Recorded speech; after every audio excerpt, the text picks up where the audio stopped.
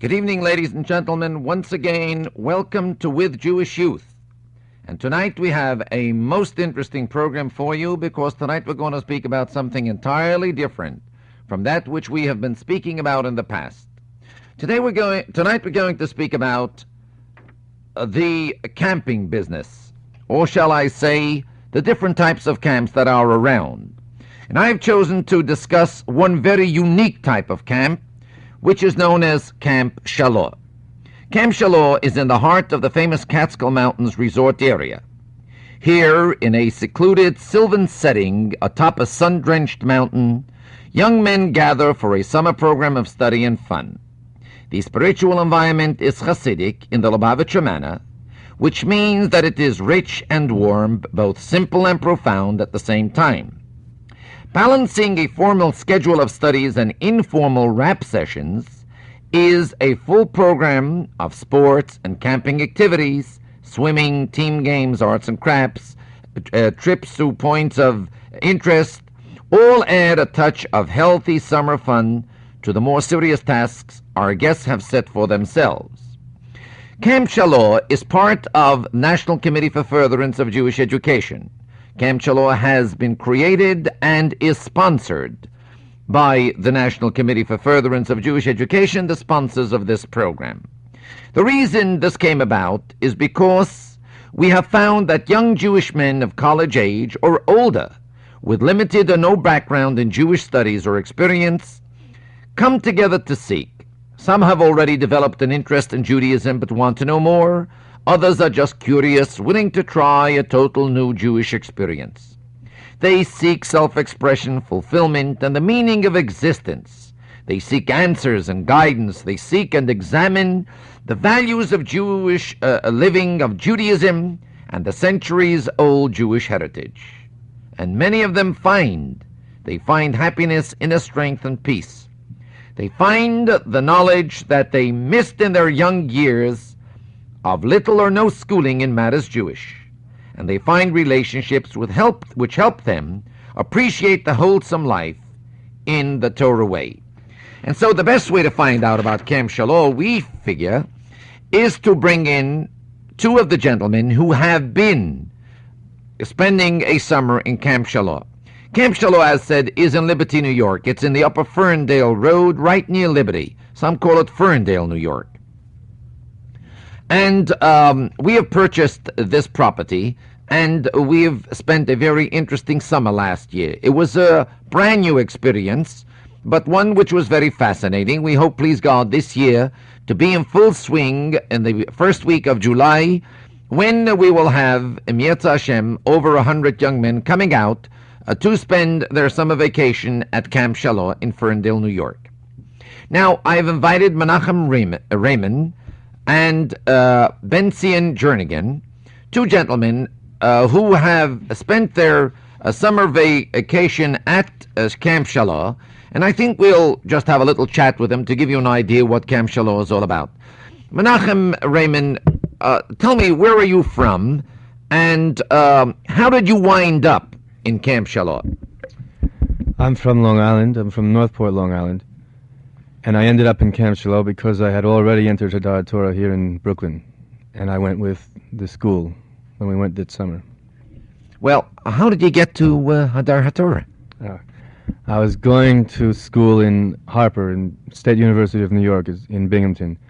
And there, 2 Suggases ago, I was met on the campus by a Lubavitcher student who was up there with Lulav and Esrog, soliciting Jewish students to perform the mitzvah of Lulav and Esrog, which I did. And then he invited me to a sukkah which was being held in Binghamton itself, which I went to. And then there I met some Hasidim and some rabbis who impressed me and who I began to get to know better, and whom eventually I became students of.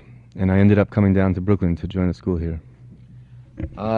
Are you from a religious home, if I may ask? If I'm too personal, you don't have to answer this. Did you have a religious background here in Huntington, Long Island, where you lived, or is this something new to your family as well as it was to you? My family life was not based on religion, although my mother did come from a religious background, so I at least knew possibly you could say the essentials or the basics of what Judaism was, although really I didn't know much of anything at all. So I should say I was assimilated. I was not living a religious life at all. Well, what actually fascinated you to bring you to this way of life? I mean, did you know what you're getting into? Because today, Baruch Hashem, you are a full-fledged student and chassid and everything else that goes along with it. I'm sorry we haven't got television to show them what you look like, but what sort of captured you? May I use that word? Well, while I was still in high school, I became interested in spiritual things and religious things. And I think I can say I was genuinely searching for some sort of spiritual life, but Judaism itself was never open as a possibility because I didn't know about it. So I became more or less interested in those things which were known to the people in my schools, which were basically Eastern religions and contemplation and other methods of seeking religious experience.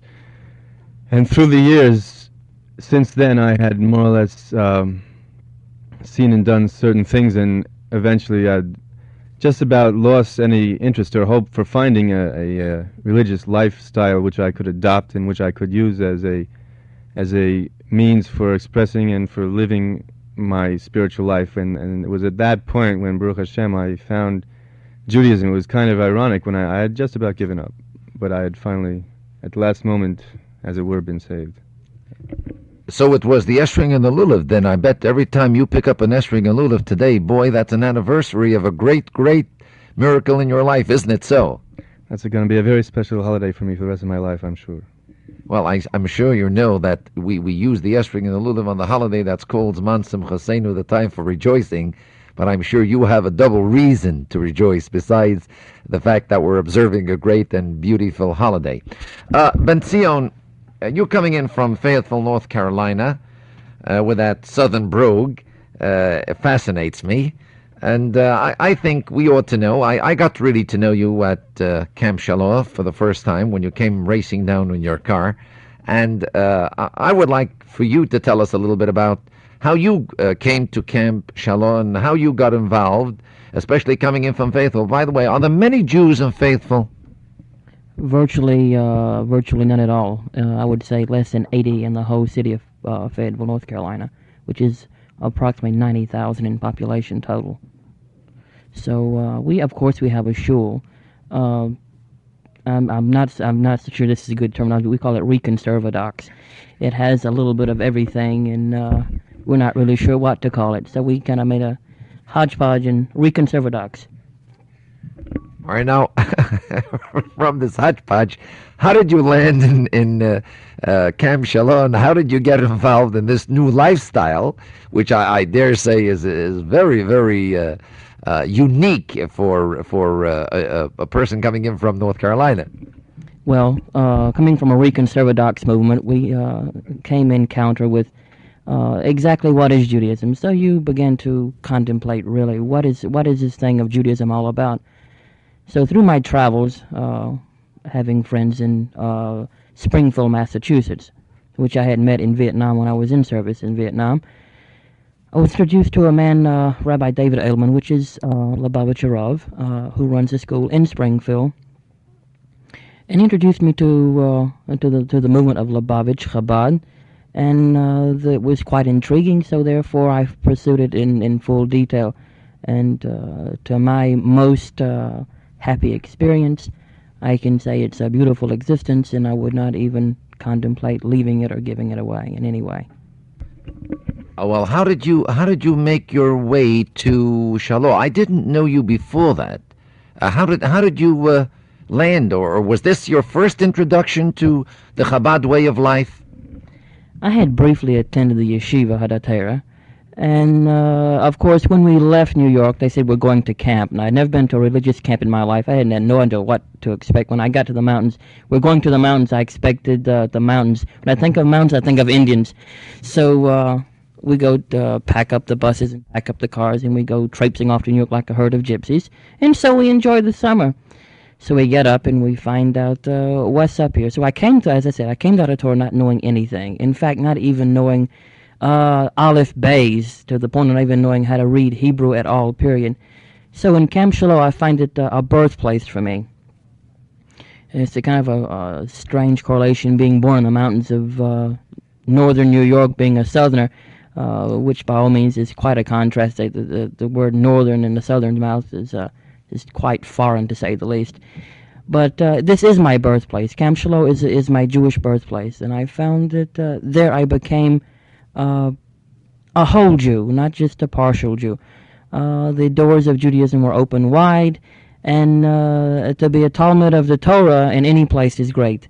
But to be a Talmud of the Torah with other Talmidim who are also searching for the Torah is more than enlightening. Ben Tzion, you fascinate me. It's those words are beautiful, and I'm glad we're having these words recorded, because most of our programs, as you know, are recorded. And for the sake of those who are listening to me in other cities, we are now in the process of syndicating this program into 10 of the largest cities with the largest Jewish communities in the United States. And for this, we want to thank WEVD for their kind cooperation. And because of the tremendous inroad that this program has made onto new horizons, into new areas, especially with college youth, Mr. Joel Plavin, the manager of this station, is now working very strongly at this to get this program syndicated in 10 of the major Jewish cities in the United States. So if you haven't as yet heard us, you will be in due time. By the way, I should like to say to those people who have been writing to me and who have been calling in asking for copies of our programs, all that I want to say is that we have not as yet been able, from the engineering end of it, to be able to turn out as many tapes as we had requests for.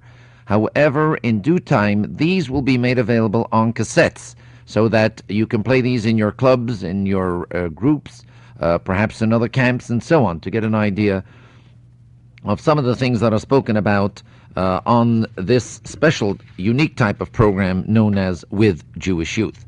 But, Menachem, let's get back to Camp Shaloh, and let's tell the people more about it. I would like to hear from you. Tell me, what did you like most of Camp Shaloh?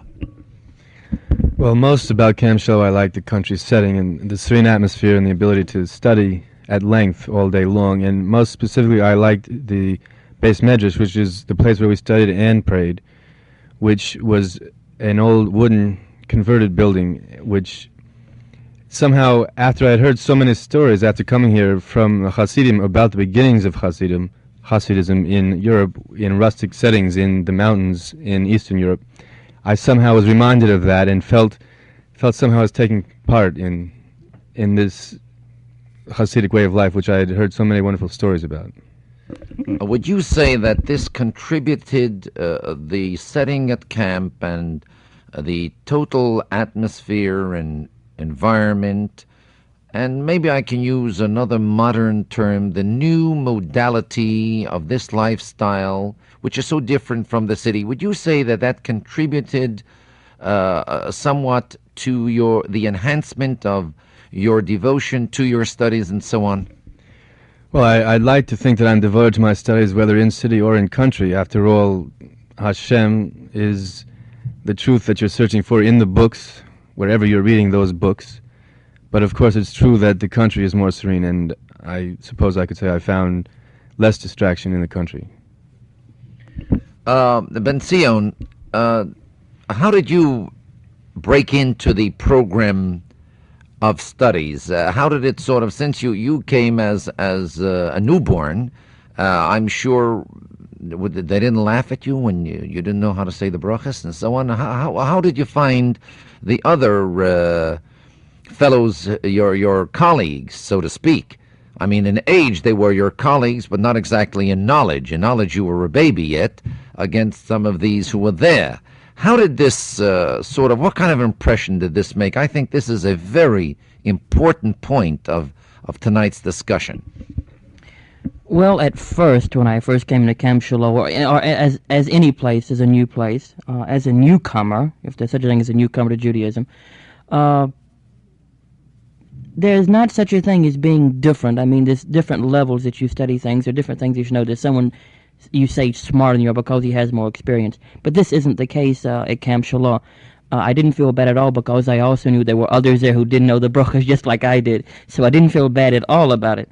Acceptance, there's no such thing as non-acceptance. Every Jew has to look out for his brother, so they looked out for me. The rabbis, the Rabbeinu, of course, gave me undivided attention to take up the slack that I did not know. And of course, my fellow Jews, my brothers who studied with me, were always there to give me that extra assurance of, come on, Pinsi, and get with it. Come on, I'll help you with the Aleph Beis. I'll help you with the reading. The program-wise, the whole program is geared to someone who's not a Talmud Chochem. What I mean by the program, I'm saying the Hebrew, the reading, the learning to read and to write. The Hebrew again, the translation. What are you saying when you pray? What is it that you're doing when you're praying? What are you saying when you mutter these funny-looking words, these little squiggles and dots and dashes? What are you saying all these things for? So you get a translation too. Prayers. What do the prayers mean? Scripture. What are you studying the scripture for? What does it mean? What do you gain out of it?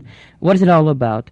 Shulchan Aruch, Code of Jewish Law, the do's and don'ts, why comes, how forth, philosophies. Judaistic philosophies are a great deal different. You can study Plato, you can study whatever, all the great philosophies. But again, you look into Judaism, it's not just a philosophy. It's a way of life. It's a blueprint, a guide pattern. Jewish history. What makes the Jewish people so great, and look back, see what our foundation is, our history. Talmud, what is Talmud? Why do we study Talmud? How does it incur in our daily life? Our conduct again, and Hasidus, my first love. We look back and we see all that the Heilige Rebbes, holy Rebbes have written. And you can see their immense insight into everything that we do, our actions, our sleeping, our eating, our walking, our talking, our dress. What does it mean? Our very intellect. What is this thing that we call Hasidus? And this too is a carryover, not a carryover. I would say it's an extension from the Torah. It is a direct growth from the Torah. It's inseparable. So again, the whole ideologies of Lubavitch, of Camp Shaloh, of life, of living, you can't separate it. It's all together. It's a oneness, a unity. Okay, I think that you've given a pretty good picture of what subjects are covered. By the way, fellas, let me ask you something. Did they give you to eat there too, or they just fed you the books? I mean, was only teaching, or did you have some good meals over there?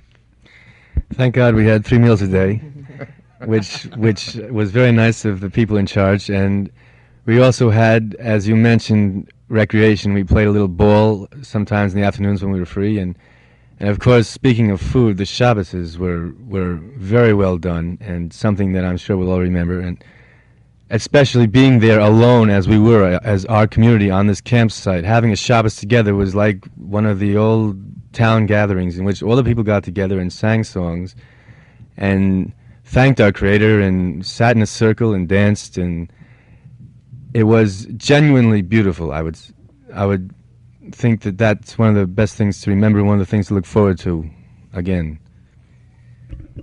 Menachem, how did your neighbors, there are some neighbors there, like bungalow colonies, this is so very prevalent in the mountains, how did they take to our new setup up there, to Camp Shaloh? Did they look at you as Quiros, or did they think of this as sort of a rehabilitation center? Or was this something that they felt was an honor for them to have in their community? I'm sure you must have had contact with the neighbors, with the passerbys. The way you speak about this town gathering, I trust that there were others who came to join with you in the Shabbos spirit. How did they relate to you? There were others who came. Down the road there was one camp for boys, younger mostly, and across the street there was a bungalow colony for families in general who could rent a room. In that colony across the street, there was a boy who had been in an accident in his youth, and he was crippled, and every now and then a few of us would go over there to visit him, which is a very big mitzvah, and maybe have a little catch with him with a softball or talk with him, and of course his father was grateful and became very friendly with us. And down the road where there were boys, we went over there one Shabbos night after we had made our meal at our camp, and we entered into discussions on matters of Torah and other things with these boys, and we're friendly with them. It was very nice all the way around. But the community as such received you very favorably, would you say? I would say yes, I think so. We were our community which respected ourselves and which behaved in a manner which was Jewish and which was the manner that they were behaving in, and I think we got along as fellow Jews. Ben Tzion, you have something to add to that? Was an interesting gathering, to say the least. A Shabbos in the mountains was an experience by far to be remembered. The bungalow colony was directly across the road from us. And of course, there were some Hasidim within this camp, but the majority of them were not Hasidim.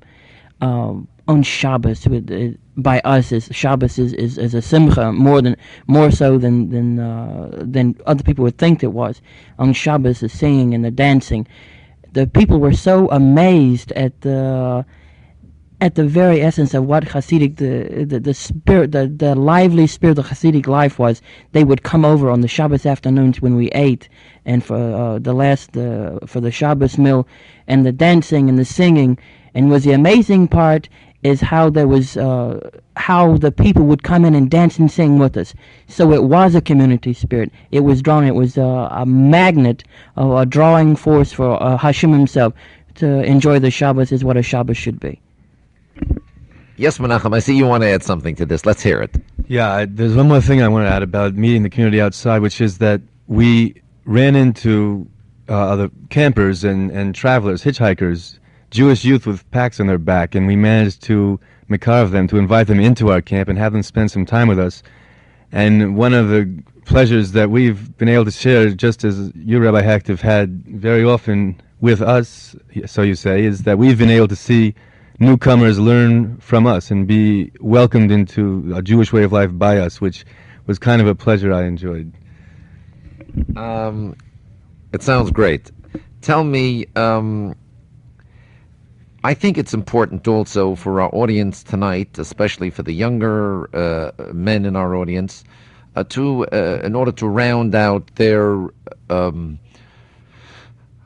picture of Camp Shaloh, to tell them what type of young men made up the clientele, so to speak. We had, what was it, about a little over 60 boys that spent the summer with us. This year, Menachem, it'll be more than double that. Give us a little background. Menachem, we'll start with you. Some of the fellows of, what type of boys are these? From what kind of homes or what kind of backgrounds? Are these fellows that came off the boat or off the street or off the road or off the drug alley and so on? Let's get an idea of what made up really this happy family up at Camp Shaloh. Well, all of the boys in Hadar Torah, which is the school here in Brooklyn, which went as a body up to Camp Shaloh, were boys who had been raised, generally speaking, in American communities, not as observant Jews and not as religious Jews, but with a various extent of knowledge about the religion, ranging usually between very little and not so much at all. Others who were there, and they came from all over the United States. And we even had one from an English colony, I think the Barbados. Two of them from the Barbados. We had, of course, the rabbis who were raised in a Hasidic style, who gave of themselves freely. And we had neighbors who had been religious Jews all their lives. But the bulk, the boys of the school are newcomers, like myself and like Ben Tzion. And we spent our day learning about Judaism and reviewing each other's lives in our past and seeing what drew this one to Judaism, what drew this one to Judaism, how he looks at it. Is he in it for the spirituality? Is he in it for the community? Is he in it for the ritual or for the beautiful customs? Whatever. Of course, all of us being in it sincerely for the worship of God. But the bulk of the boys were newcomers who had to learn from the beginning, like Ben Tzion and myself. And so that's basically what went on there, learning from the beginning. Ben Tzion, how about I'd like to hear what you want to add to this, and of course, tell us something about your rap sessions. Did you have any of these? I dare say, with the 24 hours living together, 7 days a week, you must have had opportunities for this too. And how did you relate to your teachers? Well, again, Menachem made a statement that's come from diverse backgrounds. This is an understatement. There's everyone there from Ches v'Chalila drug addicts, which had given up a rather unfortunate way of life, to those who had been had some background altogether. So it was a hodgepodge, a great mixture. Every diverse personality was there. As far as what kind of rap sessions, they usually ran till about 3. That was the normal time I usually went to bed in the mountains. The next day made it rough, but we managed to survive without too much wear and tear. You're talking about, what do we talk about? It comes in, what did I do with my family? They're not religious. How can I go home? Why am I doing this? Why did I give up my old way of life? Anything you wanted to talk about, there was someone there to talk to you. And the rabbis thereby, the word rabbi, of course, meaning teacher. Our rabbis go much further than just a teacher. Our rabbis are a multitude of things rolled into one. Yes, a teacher. Does he know Gomorrah? Certainly. Does he know denim? Without question. Does he know human nature? Don't be surprised. They're smart cookies. They're nobody's fool. You need somebody to talk to, they're always willing to sit and talk. There's no end to their wisdom. Thank you so much, Ben Tzion. I'm sorry, my dear friends. Menachem, you've been great. Ben Tzion, equally so. I'm sorry that time is running out. This is one of the terrible things about radio. It works on a clock. I know that there are many people who were turned on tonight, and they're very much eager to know something about Camp Shaloh, which is, of course, known as the Young Men's Summer Institute for Jewish Studies. I should like to say to those who are listening in, I know that there are many people who were turned on tonight, and they're very much eager to know something about Camp Shaloh, which is, of course, known as the Young Men's Summer Institute for Jewish Studies. I should like to say to those who are listening in, we have beautiful literature prepared on Camp Shaloh, which we'll be happy to send you, either in bulk or in single copies. I think a very important thing to tell you about Camp Shaloh is the fact that we make every attempt to enable those who wish to participate in this program to be able to do so. And the way that's accomplished is that the rates are generally based on one's ability to pay, with full or partial scholarships always available to cover the difference. We are interested mostly in the souls of these young men rather than in their financial setup. But, ladies and gentlemen, I'm sure that you have something that you would like to know more about Camp Shaloh. We're going to speak also about the parallel girls' camp that we have. That's not for tonight. We'll do another show on that some other evening. But in the meanwhile, I would like to say that if you're interested in getting more information about Camp Shaloh, if you're interested in general in knowing more about the setup and the work that we are doing, why don't you drop us a card or call us in the morning at 778-4600, 778-4600. The address is Camp Shaloh. That's S-H-A-L-O-H, S-H-A-L-O-H, and it's 824 Eastern Parkway, Brooklyn, New York, or you could write care of station WEVD, 1700 Broadway, New York. It was a pleasure being with you tonight. It was a pleasure bringing this program to you. We hope you've learned something from it.